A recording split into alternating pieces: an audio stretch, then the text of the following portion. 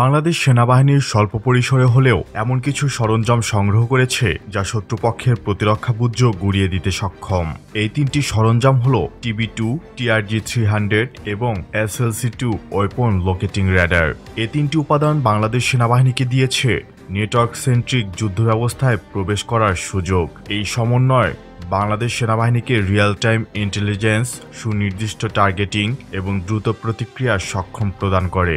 আজকের ভিডিওতে এই প্রক্রিয়ার টেকনিক্যাল বর্ণনা বিস্তারিতভাবে তুলে ধরা হলো। TRG-300, বাইরাক্তার TB2 এবং SLC-2 র্যাডার সিস্টেম একটি integrated command and control C2 সিস্টেমের সাহায্যে সমন্বিত হয়। এই সিস্টেমে যে উপাদানগুলো কাজ করে, যেমন Bayraktar TB2 drone, real time নজরদারি, টার্গেট শনাক্তকরণ এবং ইন্টেলিজেন্স সংগ্রহ, শত্রুর অবস্থান এবং অস্ত্র সিস্টেম শনাক্তকরণ ইত্যাদি। TRG-300 MLRS, গাইডেড রকেট নিয়ে সুনির্দিষ্ট আঘাত প্রদান, কমান্ড অ্যান্ড কন্ট্রোল সিস্টেম, সব উপাদান থেকে ডেটা সংগ্রহ, বিশ্লেষণ এবং ফায়ার কন্ট্রোল নির্দেশনা প্রদান।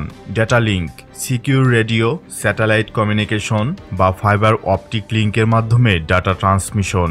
এই তিনটি সমরাস্ত্র একটি টার্গেটিং লুপ তৈরি করে এবং ধাপে ধাপে কাজ করে, যেমন শনাক্তকরণ, বিশ্লেষণ, টার্গেটিং, আঘাত এবং মূল্যায়ন।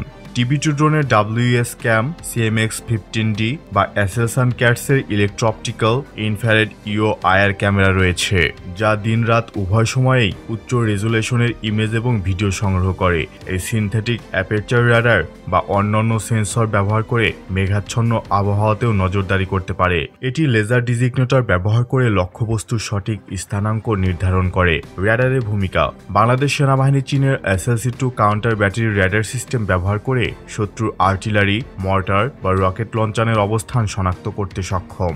SLC-2 র্যাডার শত্রু প্রজেক্টাইলের ট্রেজেক্টরি বিশ্লেষণ করে উৎক্ষেপণের অবস্থান নির্ধারণ করে প্রায় 100 কিলোমিটার রেঞ্জের মধ্যে র্যাডার থেকে প্রাপ্ত ডেটা টার্গেটের স্থানাঙ্ক, গতি এবং ধরন C2 সিস্টেমে পাঠানো হয়, যেখানে এটি ড্রোন থেকে প্রাপ্ত ইন্টেলিজেন্সের সঙ্গে সমন্বিত হয়। C2 system TB2 drone, radar এবং অন্যান্য সেন্সর এবং প্রাপ্ত ডাটা একত্রিত করে। এটি একটি কমন অপারেশনাল পিকচার তৈরি করে, যা রিয়েল টাইমে যুদ্ধক্ষেত্রের পরিস্থিতি বুঝতে সহায়তা করবে।